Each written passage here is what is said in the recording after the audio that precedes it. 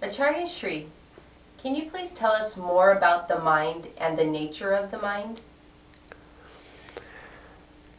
Mind is considered very old, and mind is old actually, because it collects a lot of memories, dirt. Memories are dirt. And also mind doesn't exist. You have to know first, because it is an ideology developed in the society. It is given to you by the society, by the people. And that is the significance of the mind, is it doesn't exist and it creates a lot of trouble. It is ruling over humanity. It is ruling over the world. Can you believe if it really exists, what is going to happen? But yes, mind is very old. No mind is fresh, no mind is new. When I say no mind, means where there is no mind, that is new, that is fresh. But can we be on the no mind state? It is very difficult.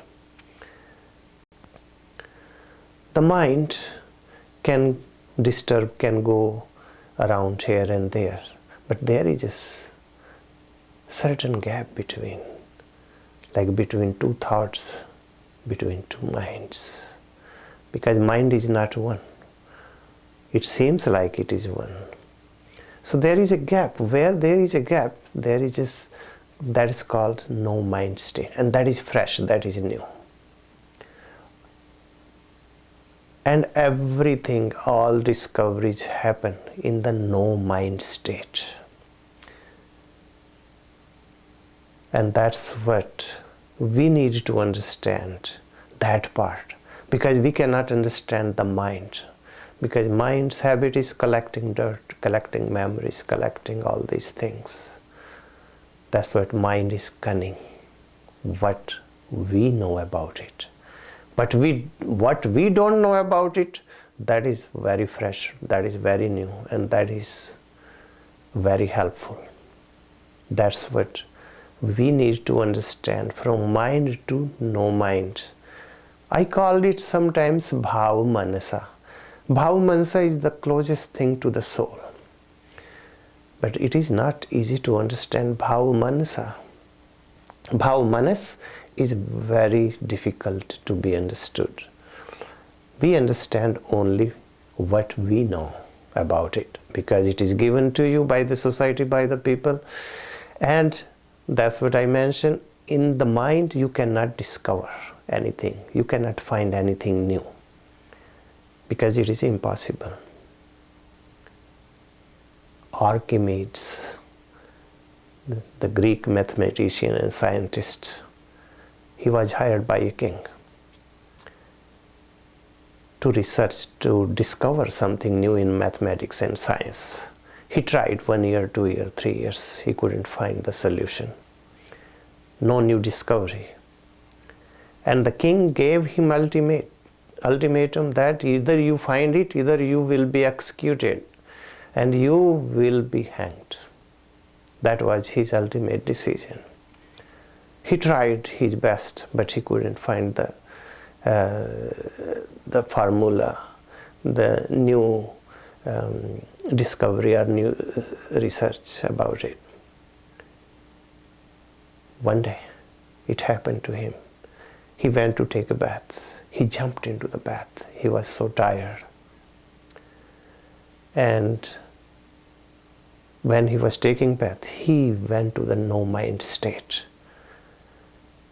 And when it happened, that no mind state happened, everything is forgotten. He ran to the street and he screamed, "Eureka, Eureka, Eureka, I found it."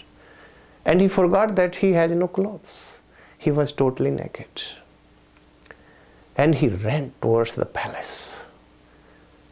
And the police arrested him. He was behind the bars. Few of his friends, somehow they got him out. They say, if you found it, but you remember you are in the society, put your clothes on. But that's what it happened, no mind state. Discovery can happen, but they even forgot their own body, their own mind. That's why mind doesn't work. That is fresh, that is new. In newness, in freshness, discovery can happen. And that's why I called that is the real mind.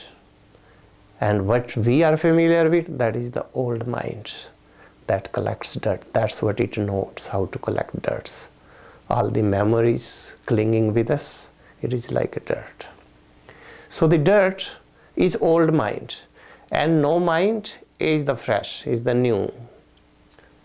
Same thing happened to Madame Curie. She got tired working on it, and she couldn't find the formula. Years and years. One day she slept. She fully forgot. And she dropped it fully, the discovery. And somehow she woke up and she wrote the formula on the piece of paper. And she went back to the sleep.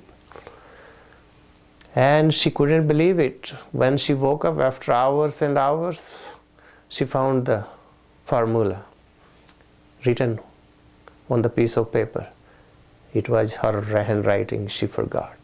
That state is no mind.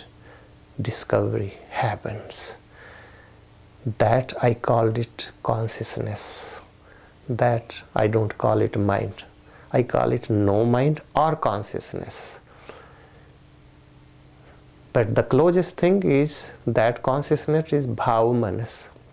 And bhava manas is very difficult to understand. You can understand when there is a gap. That's what people try to meditate. Because they try to calm the mind, calm down the mind. But it doesn't happen. Because mind's nature is totally different. Mind's nature is old patterns, cunningness, wandering here and there. If you really want to understand the mind, you have to go in that state of consciousness where there is no mind state of being. And no mind state of being is the real mind. That mind can be cooperative with your meditation or with your discovery or with your self-improvement or with your spiritual improvement. That's what I suggest always my students and other people, that you have to achieve that state of no mind. And once it is achieved, you will be familiar with the mind and you will know the real nature of the mind. And I don't have to teach you. The real state of no mind is the fresh and newness. It is always with you. It is the matter of how to discover it, how to find it. And once you do it, you will be surprised. You begin to know your soul. You begin to know yourself.